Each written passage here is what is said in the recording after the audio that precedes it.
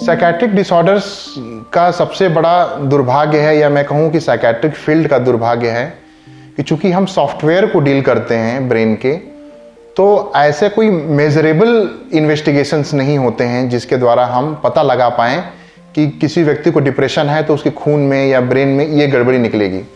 चूँकि ये software level पर गड़बड़ी होती है, यानी ब्रेन के न्यूरोट्रांसमीटर्स या उसके ब्रेन के सर्किट्स में गड़बड़ी होती है, तो एज सच डायग्नोसिस के लिए कोई जांच नहीं होती है। लेकिन हाँ, हम जांचें कराते हैं ताकि हम कंट्रीब्यूटिंग फैक्टर्स जो होते हैं, जैसे किसी व्यक्ति को कोई थायराइड प्रॉब्लम है या कोई दूसरी हार्मोनल प्रॉब्लम है, या व्यक्ति को कोई विटामिन की डिफिशिएंसी हो रही है, या किसी व्यक्ति के ब्रेन में कोई ट्यूमर है, कोई ब्लड का डिपोजिशन है या कोई कैल्सिफिकेशन है जो मानसिक बीमारियों को जन्म दे सकती है या कंट्रीब्यूट कर सकती है, उसको लेके हम कुछ जांचें कराते हैं ताकि ये हम डिसाइड कर पाएँ कि मुख्यतः वो इलाज साइकेट्रिस्ट ही के द्वारा किया जाएगा उस व्यक्ति का, या हमें न्यूरोलॉजिस्ट, न्यूरोसर्जन का भी हेल्प लेना पड़ेगा।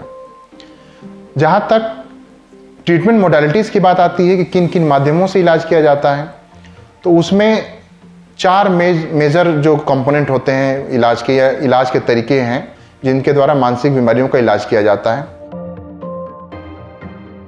पहला है मेडिकेशन।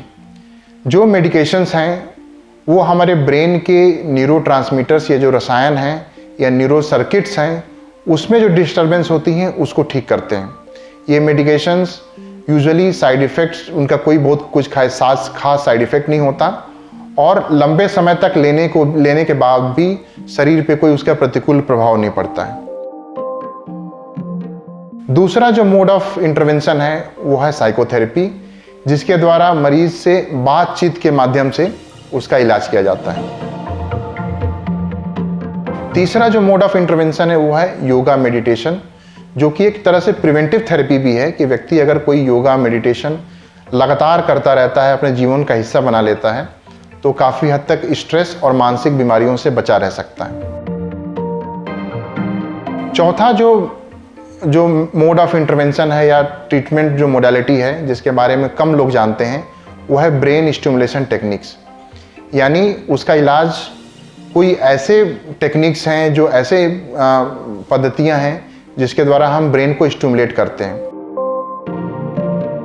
पहला है इलेक्ट्रिक कन्वल्सिव थेरेपी, जिसको ECT बोलते हैं या आम भाषा में शॉक थेरेपी भी बोलते हैं।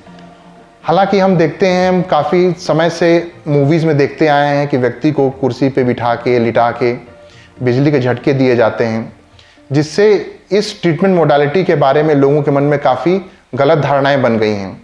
मेंटल हेल्थ एक्ट 2017 के अकॉर्डिंग कोई भी हर मानसिक व्यक्ति के अपने राइट्स होते हैं, और अब ये जो डायरेक्ट जो इलेक्ट्रिक करंट देने की जो पद्धति है उसको कम्प्लीटली बैन कर दी गई है।